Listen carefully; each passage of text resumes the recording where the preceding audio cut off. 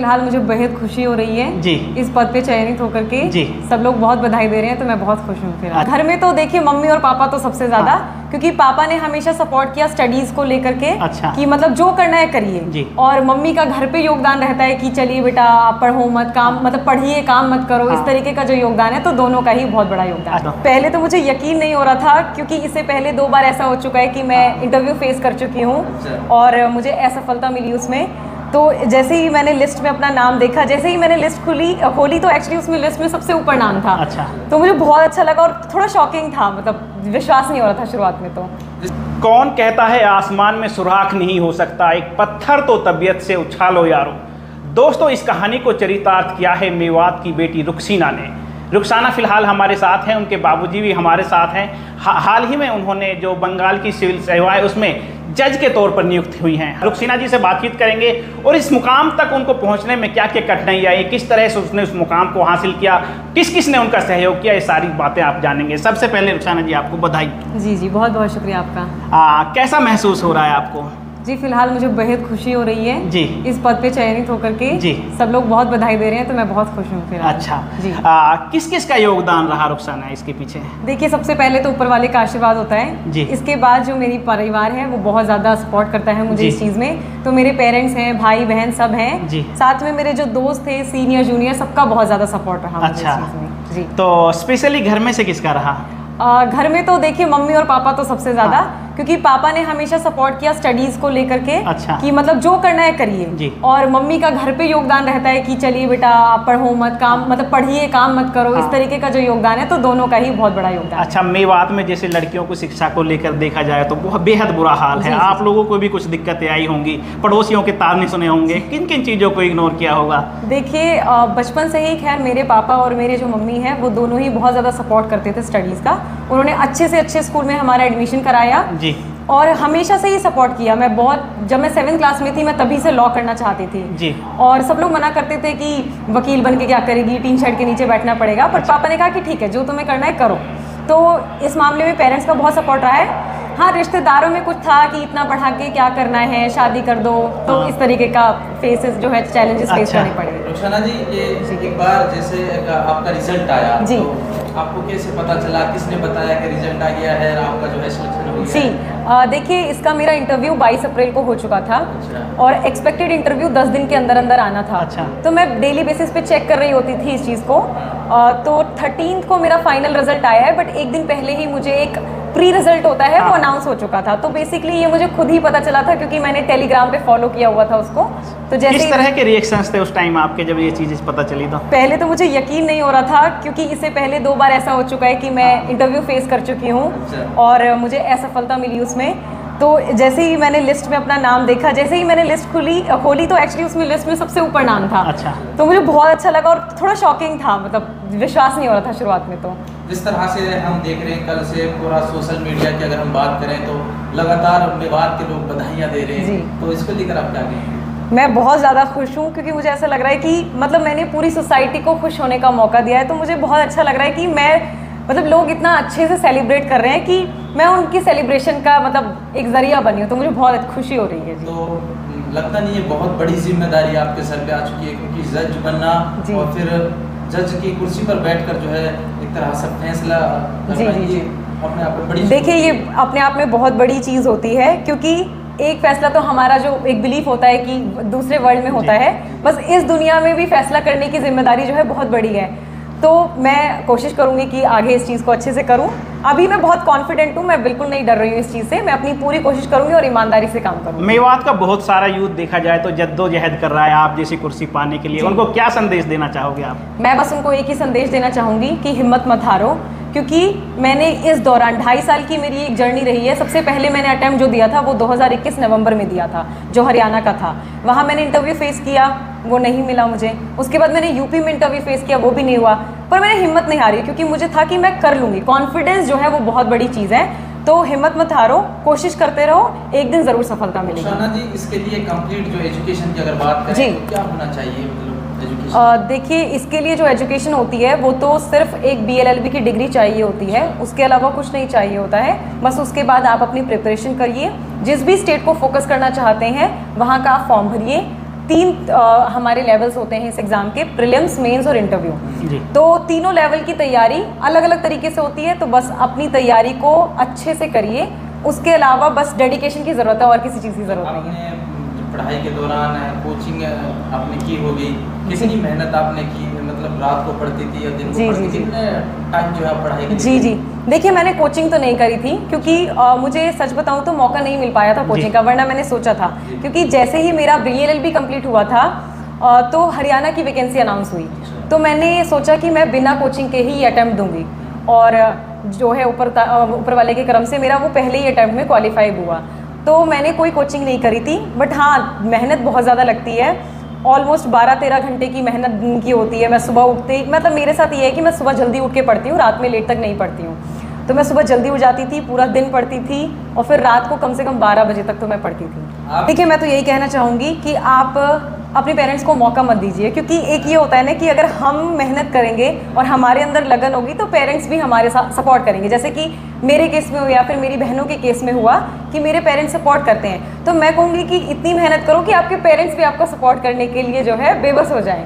तो और मैं पेरेंट्स को भी ये कहना चाहूँगी कि अपने बच्चों को सपोर्ट करें, उनको आगे पढ़ाएं लिखाएं और जल्दी शादी के फेवर में ना रहें। फिलहाल रुखसाना जी के बापू हमारे साथ हैं, उनसे भी बातचीत करेंगे और जानेंगे कि आखिर जो ये उन्होंने मुकाम, उनकी बेटी ने इतना बड़ा मुकाम हासिल किया है, इसके लिए उनको क्या क्या फेस करना पड़ा है, शुरुआती शिक्षा का जो लेवल था उनका कहाँ से शुरू हुआ था और कब उन्होंने ये ड्रीम देखा था। सर, सबसे पहले आप हमारे दर्शकों को अपने बारे में बता दीजिए। सबसे पहले तो मैं आपके चैनल का शुक्रिया करना चाहता हूँ कि आप लोग हमारे यहाँ तक पहुँचे हैं जी। और एक हमारा और हमारी बेटी का संदेश जो है मेवात के लोगों को देना चाहते हैं, तो आपका बहुत बहुत शुक्रिया। और रुखसाना का जो पढ़ाई जो है शुरुआत इन्होंने मेवात मॉडल से की थी। अच्छा। तावड़ू से जी। और वहाँ से इन्होंने मैट्रिकुलेट की परीक्षा पास की है। ठीक है। उस परीक्षा में एग्ज़ाम देने से पहले ही हमने इनका अलीगढ़ मुस्लिम यूनिवर्सिटी में, क्योंकि इन्होंने हमें पहले ही अपने इरादे बता दिए थे कि मैं जज बनना चाहती हूँ। अच्छा। तो उसकी इन्होंने इरादे बता दिए और हमने प्लानिंग कर ली। अच्छा।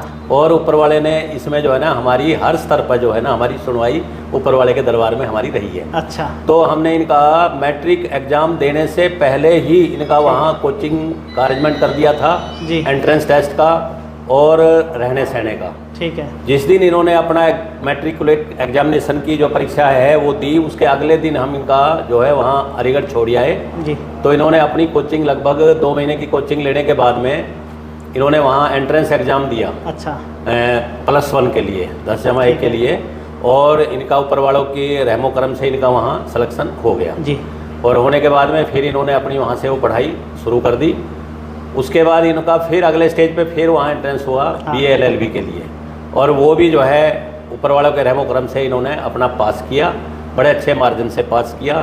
तो बाकी पेरेंट की प्लानिंग और इनकी लगन जी, उसमें हमें कहीं मुश्किल नहीं आई। अच्छा। मैंने भी अपना सब कुछ त्याग दिया। मेरी वीकली और फोर्टनाइटली फॉलोअप में अलीगढ़ की सड़कों पे घूमता था। ठीक है।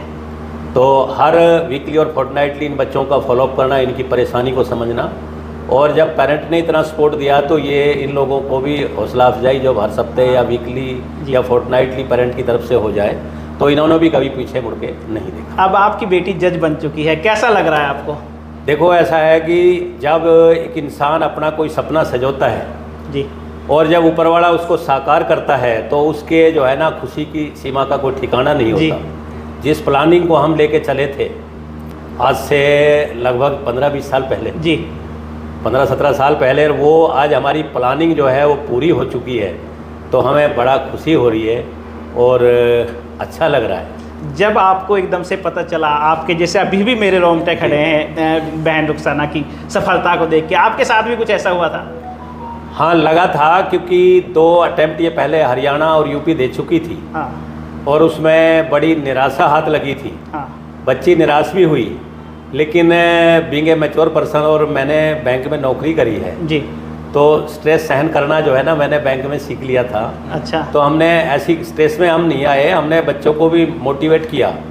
किंग ब्रूस और स्पाइडर की जो कहानी हम अपने बच्चों को सुनाते थे। अच्छा। कि भाई कितनी बार वो राजा जो है निराश होकर के लेट गया था, और जब लेटा हुआ मकड़ी को देख रहा था वो बार बार अटेम्प्ट कर रही थी और गिर रही थी जी, और अंत में वो जो है चढ़ने में सफल हुई। तो हम इन लोगों को मोटिवेशनल जो है ना लेक्चर दिया करते थे। अच्छा। और पूरी बातें, और इनसे कहते थे कि निराश होने की कोई ज़रूरत नहीं है और हमारी सपोर्ट आपके साथ है। और उस हमारी सपोर्ट और जो मोटिवेशनल है जी, उसका रिजल्ट ये निकला कि ऊपर वाले ने इनको इनके मुकाम तक पहुंचा दिया। रुखसाना के अलावा बेसिकली का घर में और कौन कौन है, कितनी बहन है? अच्छा, मेरी 7 संतानें हैं, जिसमें 2 बड़े बेटे हैं। अच्छा। एक जो सबसे बड़ा बेटा है वो कम पढ़ा लिखा है, वो अपना प्राइवेट बिजनेस करता है। उससे छोटे वाला बेटा मोहम्मद आबिद जो है उसने B.Tech सिविल से किया हुआ है और वो हरियाणा एग्रीकल्चर मार्केटिंग बोर्ड की इंजीनियरिंग ब्रांच में एज ए जूनियर इंजीनियर अपनी सेवाएं दे रहा है। ठीक है। उसके बाद में उससे अगले नंबर की सबसे बड़ी बिटिया है, उसने 10+2 किया हुआ है और मेवात के लोगों के तरह ही हमने उसकी शादी कर दी थी जी। और उनका JBT में एडमिशन था। तो उन्होंने जैसे ही हमने शादी करी तो उनका खेतीबाड़ी का काम था और वो कहने लगे कि हमें नौकरी और दूसरे काम की ज़रूरत नहीं है और उनकी पढ़ाई वहीं तक सीमित रह गई। अच्छा। उसके बाद उससे अगले नंबर की मेरी एक बेटी है साजिदा नाम की जी। उसने BSc B.Ed और MSc फिजिक्स से किया हुआ है। और हमारे यहाँ मेवात में एक सामरान नाम का लड़का हुआ है, पहले वो पावर ग्रिड में एक्शन था और फिलहाल वो अपनी DRDO हैदराबाद में अपनी एज ए साइंटिस्ट अपनी सेवाएं दे रहा है। उनके साथ उनकी शादी हो गई है।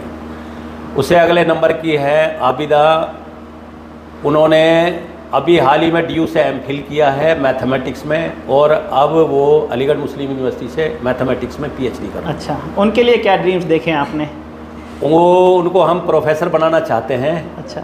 और वो अपने उसमें कामयाबी की ओर अग्रसर हैं और अभी जैसे भी 1-2 इंटरव्यू उन्होंने फेस कर लिए हैं, लेकिन अभी कामयाबी नहीं मिल पाई है। हरियाणा में वैकेंसी आने वाली है अभी। कोर्ट ने हरियाणा गवर्नमेंट को बाउंड कर दिया है कि विदिन 6 मंथ अपने यहाँ की वैकेंसी फिलअप कर लीजिएगा।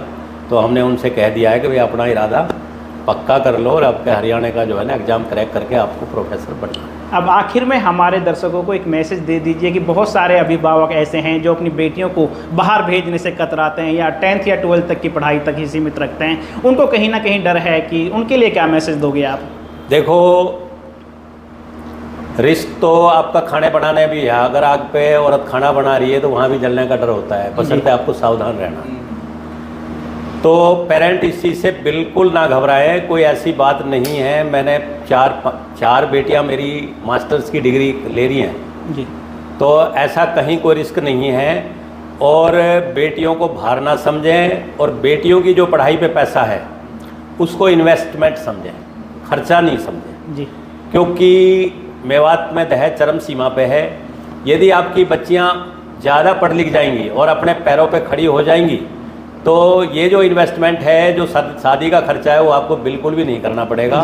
वैसे मैं दहेज के बहुत खिलाफ हूँ। मेवात के लोगों को ये संदेश देना चाहता हूँ जी कि भैया बेटी को, पेरेंट्स को भी, कि भाई बेटी को पढ़ाओ, दहेज की चिंता मत करो, दहेज बिल्कुल मत दो, दहेज जो मांगता है उससे रिश्ता मत करो। तो बाकी मेरी जो है मेवात के जो पेरेंट्स हैं उनके लिए यही संदेश है कि बेटी जो आपकी जहाँ भी आपने एडमिशन करा रखा है उस एडमिशन तक सीमित ना रहें जी। बेटी क्या मुश्किल फेस कर रही है, उसको आने जाने के क्या साधन उपलब्ध हैं, क्या उसका सिस्टम है, कहीं प्रॉब्लम आ रही है तो उसको दूर करें। और इंशाल्लाह ऐसी कोई बात नहीं है कि आप सबकी बेटी एक दिन रुखसाना की तरह सक्सेस होकर दिखाएंगी। मेवातियों में टैलेंट की कमी नहीं है जी, बस उनको निखारने की और उनको साधन मुहैया कराने की जरूरत है। बहुत बहुत शुक्रिया।